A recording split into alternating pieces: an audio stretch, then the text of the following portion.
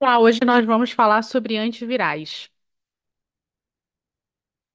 Primeira coisa a gente denotar, né, é sobre os agentes em relação à sua ação contra os vírus, né, que são essas partículas em que a gente tem uma cápsula, né, um capsídeo, né, aí de proteínas, um envelope de proteínas envolvido aqui, um núcleo capsídeo com um material genético envolvido. Isso aí é a estrutura de um vírus. A gente tem agentes contra eles que são propriamente ditos virucidas, que geralmente vão ser agentes que vão diretamente causar a destruição do vírus. Aqui a gente pode lembrar das soluções alcoólicas, das soluções de clorexidina, da podofilina, por exemplo, no tratamento do HPV, tá?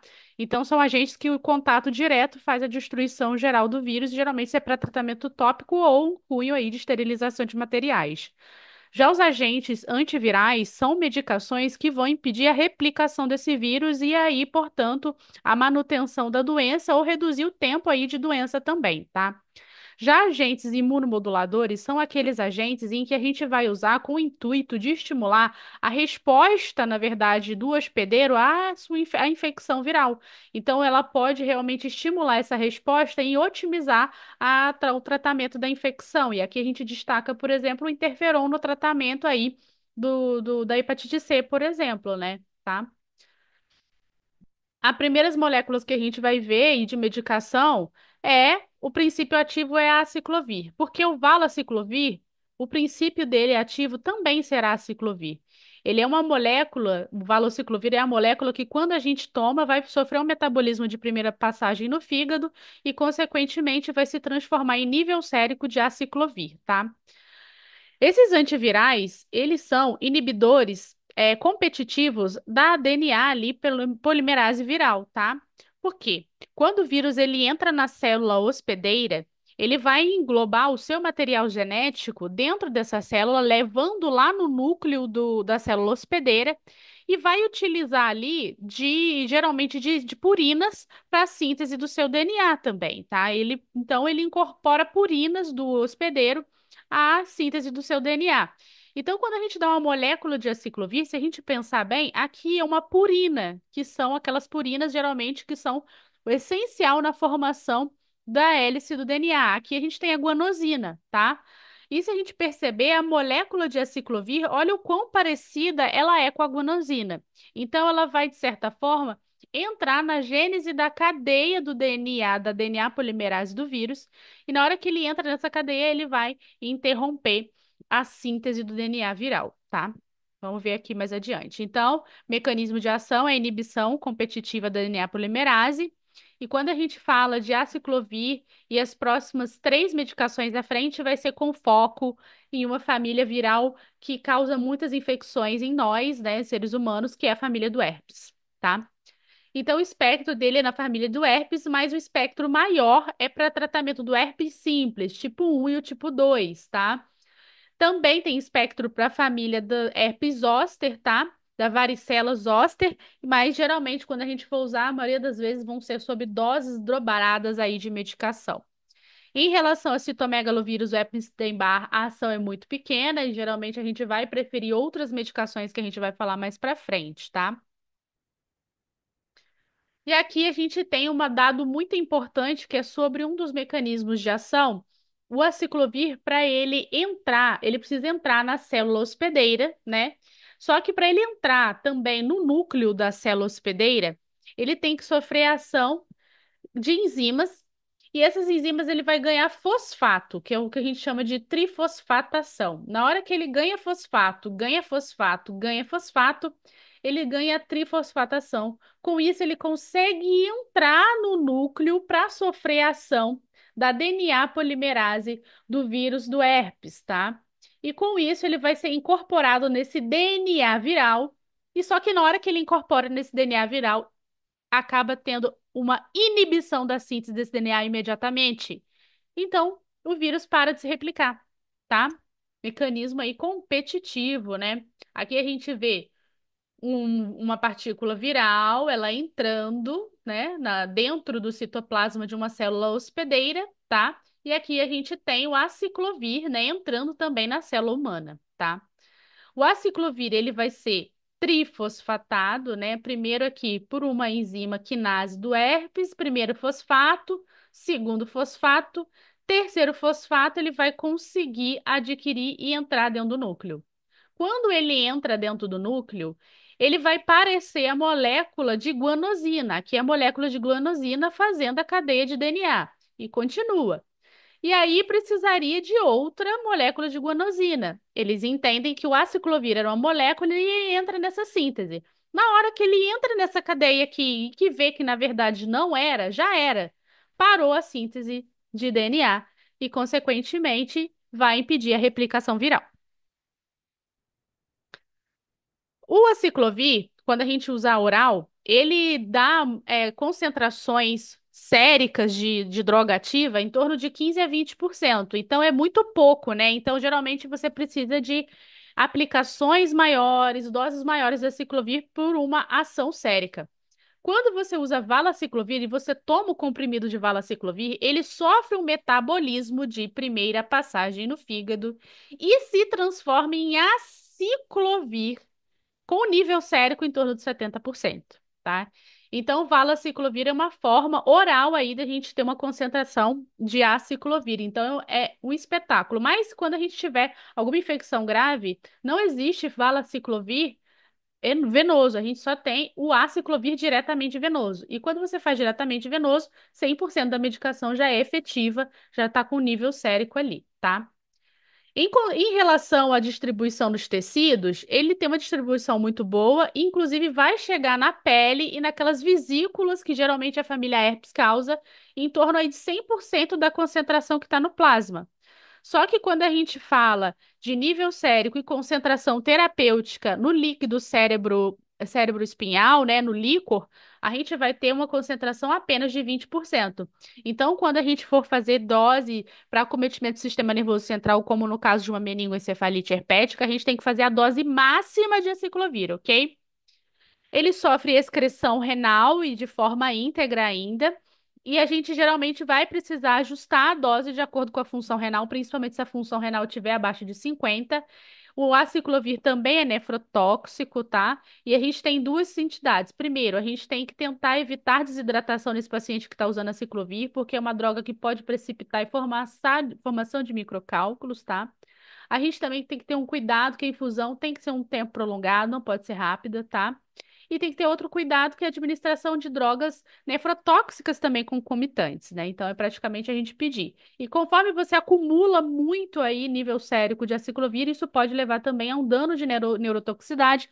O paciente ele pode adquirir alucinações, crise convulsiva, alteração do estado mental, isso pode acontecer também.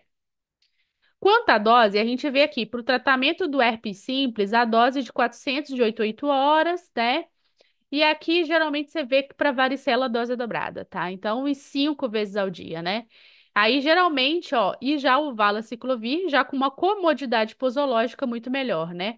Para o herpes simples de 12 em 12 horas, já para a varicela zoster, a gente tem a opção de usar de 8 a 8 horas, né? Essa comodidade. Mas se tiver infecção grave e que tem que usar uso venoso, é a aciclovir. Lembrando que se for acometimento do sistema nervoso central, dose máxima, né? 10 miligramas quilodose, V de 8 a 8 horas.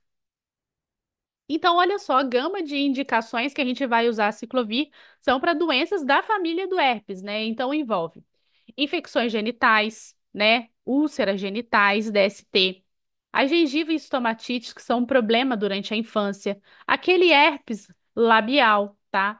O uso tópico, às vezes, você pode usar, mas geralmente não diminui tanto o tempo de doença, só diminui a extensão ali, geralmente local. A gente geralmente pode fazer em profilaxia da infecção do bebê quando a mãe tem também uma úlcera por herpes zoster no canal de parto. Lesões também mucocutâneas disseminadas em pacientes imunossuprimidos. A gente pode fazer quando tem disseminação visceral do herpes, né? Lembrar da varicela no adulto, que geralmente pode acontecer essa disseminação visceral. Catapora no adulto é uma entidade grave, tá? Profilaxia em pacientes que são imunossuprimidos. Na encefalite herpética, usar aí o aciclovir.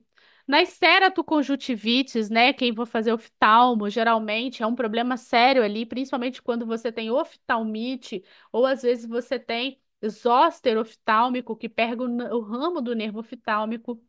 A varicela, realmente, que é a catapora, e o benefício maior é o quão precoce começar, até antes de aparecer vesícula, tá?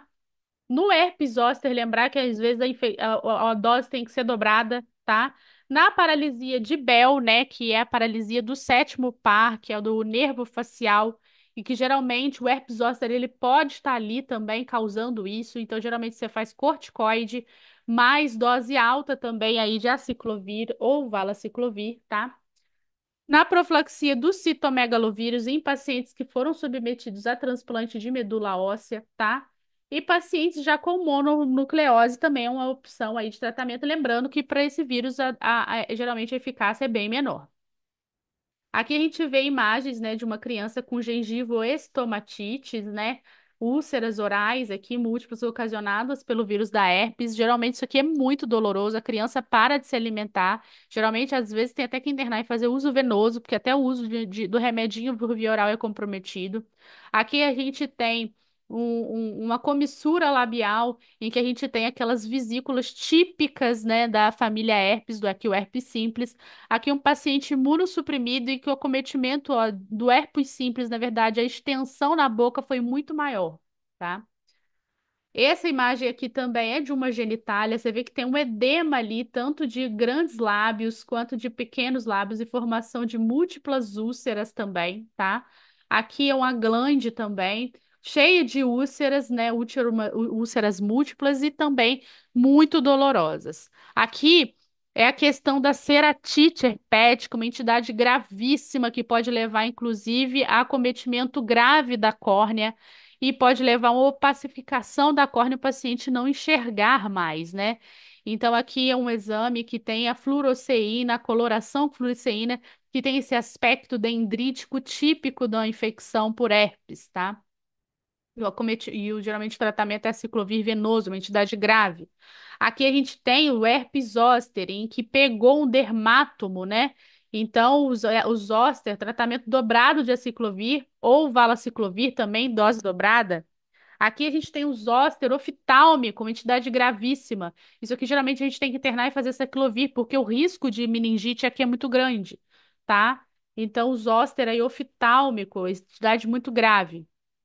Mecanismo de resistência já documentados é a ausência ou produção parcial da timidase viral ou alteração da especificidade do substrato da timinase. O que que isso significa? Vai reduzir a fosforilação do aciclovir e com isso ele não consegue entrar muito bem ali no núcleo. Então, são as opções aí de mecanismo de resistência. Agora, a outra opção é a alteração da DNA polimerase viral, mas isso ainda é bem mais raro. Essa droga aqui agora é o fanciclovir e o penciclovir. Geralmente também vai ser para tratamento da família herpes, né? E aqui geralmente a indicação é principalmente quando você tem recidiva, né, de herpes que já fez uso aí do aciclovir, né? Aqui o mecanismo de ação é idêntico, ele é um análogo também de guanosina, tá? E a forma ativa é o penciclovir. O fanciclovir, assim como a gente acabou de falar do outro, né, do outro fármaco, ele também é um profármaco, que na hora que você toma, sofre o metabolismo de primeira passagem e se transforma aí em penciclovir, tá? Mecanismo de ação, então, é o mesmo, tá? Precisa ser fosforilado para entrar. Inibição competitiva da DNA polimerase. Qual que é a diferença? Ele é 100 vezes menos potente que o aciclovir na inibição da DNA polimerase. Porém, ele ocorre mais em concentrações muito mais elevadas e por período de tempo maior. Ele fica mais tempo dentro da célula, tá? E geralmente a gente vai ter uma resistência parcial por deficiência de timincinase, ou seja, pode ter até resistência cruzada ao ciclovir, mas a resistência é menor com o uso aí de fanciclovir ou penciclovir, tá? Então, a gente vai ter o fanciclovir tanto para uso oral ou uso tópico e o penciclovir somente para uso venoso. E o fanciclovir se transforma em penciclovir quando ele é tomado e passa pelo mecanismo de primeira passagem, ok?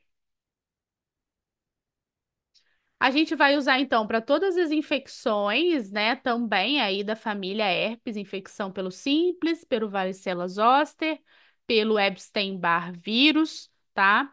E ajuda a diminuir o tempo de doença e cicatrização. Mas a indicação geralmente envolve quando você tem resistência à aciclovir, por exemplo, herpes labial com recorrência, então o uso de penciclovir aí estaria indicado, tá? Lembrando que também aqui no zoster a gente vai usar dose dobrada, tá? Quanto às reações adversas, a maioria está relacionada a sintomas gerais: cefaleia, diarreia, náusea, urticária, exantema, alucinação e estados confusionais podem acontecer, e reações locais quando o uso tópico também é raríssimo. E aqui a gente também, agora o último foco, falando aí da família do herpes, né? É o ganciclovir e agora o valganciclovir. Também mesmo mecanismo de ação. Só que aqui o foco vai ser naquilo em que o aciclovir era fraco, que é no foco do tratamento, principalmente do citomegalovírus, né? Então eu também vou falar que a família do herpes vírus é uma família muito grande, né? Geralmente a gente tem o herpes 1, 2, né? Que causa o herpes simples, labial e genital, tipo 2, né? A gente tem o tipo 3, o herpes tipo 3, que é a varicela, o 4, que é o Epstein-Barr vírus, que é a causa mononucleose infecciosa, e a gente tem o 5, principalmente, causador de citomegalovírus, né? O citomegalovírus, né, ele é um agente que geralmente no paciente imunocompetente não acontece nada. O problema é no paciente que é imunossuprimido, que ele pode causar doenças sistêmicas gravíssimas. Podem causar úlceras desde a boca até o ânus, tá? Podem causar cometimento visceral grave também, tá? Por conta desse cometimento visceral grave, tá? E além disso, pode causar até pneumonia, tá? Aqui a gente também tem o mesmo mecanismo de ação, tá? Mesmo mecanismo de ação, inibição competitiva daquela DNA polimerase, tá? E ele tem maior capacidade de inibir a DNA polimerase também celular. O que que isso significa? Que aqui ele não pega só a DNA polimerase do vírus, ele tem a possibilidade de interagir com a minha DNA polimerase, a do hospedeiro também, no caso, né? Da célula humana. Então, de certa forma, você tem que pensar que ele pode causar algum dano celular. E quando envolve dano celular, a gente tem que pensar na medula óssea. Então, ele é uma medicação que pode causar mielotoxicidade, tá? Então, o espectro é na família herpes vírus, e aqui a diferença dele é que ele tem ação potente contra o citomegalovírus, tá? Então, como são os dois, a gente vai ter a forma ativa, que é o ganciclovir, e o valganciclovir, quando você toma, sofre o metabolismo de primeira passagem, tá? E aí se vai se transformar no ganciclovir, tá? Então, a mesma coisa. A distribuição, geralmente, no humor vítreo, que é no olho, é em torno de 100% da plasmática. No líquor, geralmente, aqui já é um pouco melhor com a ciclovir, né? Cerca de 25 a 70% do nível plasmático chega no líquor, tá? E a excreção renal também, tá? Mecanismo de resistência também por redução de fosforilação intracelular, o que dificulta a entrada do aciclovir de forma lá para poder realmente fazer a inibição da DNA polimerase dentro do núcleo, tá? Ou mutações da própria DNA polimerase do vírus. Então, de efeito colateral importante, a questão é a mielossupressão, tá? Lembrando que ele tem essa sensibilidade, ele tem essa dificuldade maior, porque ele pode interagir tanto com a DNA polimerase do vírus, quanto a minha também DNA polimerase, que também está no meu núcleo, né? Então, pode levar a mielossupressão, que pode causar neutropenia, trombocitopenia, e olha só, é muito frequente nos pacientes que estão usando. O lado bom é que geralmente na segunda semana de tratamento, geralmente isso aí e é reversível, né? Geralmente isso aí melhora na segunda semana de tratamento, tá? Outras alterações a gente pode ver cefaleia, alteração de comportamento, convulsão, coma, insuficiência renal pode acontecer, e a questão aí de teratogenicidade, né? Então, geralmente o que é menos teratogênico dali é o aciclovir, tá? E já o ganciclovir, ele é mais teratogênico, então seria mais complicado aí para tratamento, por exemplo, em gestante, tá? A dose dele, né? E lembrar que as indicações, geralmente, para usar, já que é uma droga que tem um potencial aí de causar mielossupressão, geralmente vai ser para os quadros graves de citomegalovírus e geralmente vai ser o quê? Pacientes que estão imunossuprimidos, tá? Então, a indicação de uso para ele, tudo que tiver citomegalovírus, tá? Tratamento de infecção por citomegalovírus, prevenção por citomegalovírus pós-transplante ou AIDS avançada, pacientes com retinite por citomegalovírus, pneumonia por citomegalovírus, infecção por citomegalovírus em HIV, associada à imunoglobulina, tá? Também anti-citomegalovírus, gel oftálmico por conta aí de ceratite por vírus. Lembrando que aqui a questão é que ele tem uma penetração intraocular muito boa, tá? Aqui, por exemplo, é um fundo de olho em que a gente observa uma corioretinite ocasionada por citomegalovírus, tá? Você tem essa presença dessa lesão em extensão e cheia de infartos aqui, hemorragias justamente na retina. Isso pode levar à cegueira, tá? Aqui, por exemplo, a endoscopia digestiva de um paciente imunossuprimido que já tem candidíase também, e a gente observa uma úlcera aqui extensa. Com certeza, esse paciente não está conseguindo nem engolir. Isso aqui, geralmente, citomegalovírus, tá? Uma úlcera única, grande, extensa, geralmente isso aqui é característica maior de citomegalovírus.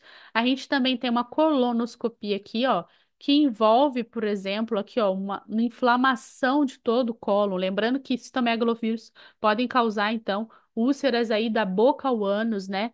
E são graves, dolorosas, e o paciente aí ele fica muito mal. Aqui a gente tem uma biópsia de pulmão, por exemplo, também por citomegalovírus, em que nessa biópsia de pulmão vê muitos infiltrados, é muitos leucócitos ali envolvendo. A gente tem alvéolos aqui e a gente tem células também com inclusões citoplasmáticas típicas da infecção por citomegalovírus, que faz uma célula que a gente chama de aspecto do olho de coruja, tá? Essas inclusões citoplasmáticas geralmente são típicas e o patologista ele fala, é infecção por citomegalovírus. Agora terminamos de falar sobre a família herpes vírus, que causa doença em humanos. A gente vai falar também sobre os vírus influenza agora, com foco no vírus da gripe, o H1N1 principalmente, né? A gente sabe que influenza são várias famílias e o H e o N são vários números, né? Você pode ter H3N2, H2N3, enfim. Várias mudanças aí, vão surgindo novas cepas aí cada vez mais, principalmente com o advento aí das gripes aviárias, gripes suínas, né? Que acabam daqui a pouco reação cruzada, causando também infecção nos humanos, tá? O oseltamivir, que é o Tamiflu, ele é o tratamento antiviral para essas síndromes gripais agudas ocasionadas por cepas de influenza. E o mecanismo de ação dele é completamente diferente agora do que a gente acabou de falar para a família herpes vírus. O mecanismo de ação dele é totalmente diferente. Ele é um remédio que a gente chama que é um análogo. Ele é parecido com o ácido ciálico. O ácido ciálico nada mais é do que uma colinha, como eu vou mostrar para vocês ali na frente. E aí, inibidor de neuraminidase, tá? Ele vai impedir a clivagem do complexo do vírus célula hospedeira. O vírus vai ficar colado na superfície da célula hospedeira e ele não vai sair, conseguir mais se replicar e não vai entrar em mais nenhuma outra célula, tá? Então a gente vai ver aqui, ó, mais adiante, ó, o que que acontece esse mecanismo de ação. Aqui a gente tem a célula hospedeira e depois que o vírus ele se acoplou dentro dessa célula, ele conseguiu se replicar o seu DNA. Ele vai tentar sair da célula. Esse aqui, por exemplo, está tentando sair da célula, tá? Na hora que ele sai, tem esse complexo aqui de glicoproteínas e o vírus, ele fica ainda agarrado por questão ainda da hemaglutinina e da neuraminidase, tá? As hemaglutininas estão coladas, né, nesse ácido ciálico, tá? E a neuraminidase simplesmente vem aqui e corta, tá? Essa cola, que é o ácido ciálico. Quando ele corta essa cola, o vírus ganha circulação e vai infectar outra célula e se replicar e aumentar a sua família. Mas, quando a gente faz o o nosso oseltamivir, que é o nosso Tamiflu, ele é um análogo do ácido ciálico. E, na verdade, quando ele entra aqui, a neuraminidase não consegue se desprender. E, para sempre, a partícula da célula viral vai ficar colada na superfície da célula hospedeira até que vem um neutrófilo e destrói aquela célula. E acabou, não vai ter mais perpetuação também da infecção, tá? Aqui, ó, a gente vê que é não, é uma célula da respiração, né? O vírus, ele chega, ele se acopla, e na hora dele sair, no caso, quando está usando o oseltamivir, o vírus não vai conseguir sair e não vai ganhar corrente sanguínea, tá? Ou seja, ele vai impedir a replicação viral também, tá? É uma medicação que, quando você toma, 80% da droga por via oral é nível, já adquire nível sérico. E o oseltamivir só tem para uso oral, não tem para uso venoso, tá? Então, mesmo quando o paciente fica grave, ele está lá entubado, insuficiência respiratória, vai ter sonda nasogástrica usando medicação por via oral, por via nasoenteral, tá? Atinge concentrações glicóricas e passagem placentárias mínimas. E a eliminação também é renal, tá? Via excreção glomerular e secreção tubular ativa. Aqui é uma tomografia em que a gente vê um típico pneumonia viral por influenza, tá? Esse aspecto que a gente assume em vidro fosco, que a gente chama, tá? Muito parecido com as tomografias também de COVID, né? Esse aspecto de vidro fosco geralmente é típico de pneumonia viral, tá? E a indicação de tratamento é tratamento em prevenções das infecções por influenza A e B, e eles vão reduzir o tempo de doença em torno de 1 a 2 dias. Nossa, 1 a 2 dias, tão pouquinho, vale a pena realmente usar? Cara, para a população imunocompetente é uma coisa, realmente não vale tanto a pena usar. Mas olha o detalhe aqui: reduz complicação em 40, 50%. E quem que a gripe complica? Aí que tá o pulo do gato. A gente vai usar principalmente naquela população de alto risco, quando pega uma gripe tem possibilidade de complicar, tá? Porque reduz também a hospitalização. Então, reduz, de certa forma, complicação e hospitalização, vai reduzir, tá? Então, a gente tem que entender que a gente vai usar numa síndrome gripal, né? O paciente ele vai ter febre de início súbito, mesmo que referida, acompanhada de tosse, dor de garganta, ou pelo menos algum dos sintomas que vão estar falando que a infecção está se tornando generalizada. O paciente está com cefaleia, mialgia, artralgia, tá? A ausência de outro diagnóstico que não seja essa gripe, tá? Então, a gente vai saber que é uma síndrome gripal que pode ter sinais de complicação, o paciente já tá, pode estar hipoxêmico, taquipneico, ou o paciente já tá de cara ali com insuficiência respiratória. O paciente não tem indicação e precisa, tá? Mas gripe, associado a ser uma população e que tem chance de complicar, quem são eles? Primeiro, gestação, qualquer idade, puerpério, os extremos de idade, o idoso, a criancinha muito novinha. Pacientes que têm doenças crônicas, pneumopatia, doença cardiovascular, nefropatia, diabetes, né? Transtorno hematológico, como anemia falciforme. Pacientes com transtornos neurológicos, que já têm sequela neurológica ou algum dano. Pacientes que já são imunossuprimidos ou usam medicamentos, ou têm câncer. Pacientes que são muito obesos, com IMC acima de 40. E principalmente também na população indígena. E a gente aqui geralmente não lembra muito desse, né? O que é uma indicação e quem tem síndrome de Reyer, né? Pacientes menores de 18 anos que têm uso prolongado de acesso porque tem essa síndrome chamada de Reyer. Esse geralmente a gente esquece, tá? Mas a gente tem que lembrar que, então, quem vai tem chance de complicar é aquela população que o quê? Que quando tem campanha de vacinação, geralmente eles são o quê? Eles vacinam primeiro, tá? Por conta do risco ser maior. E em questão de resistência, geralmente ele pode mutar a sua hemaglutinina ou pode mutar a sua neuraminidase, tá? E aí a gente vem tendo resistência das cepas, principalmente a do H1N1.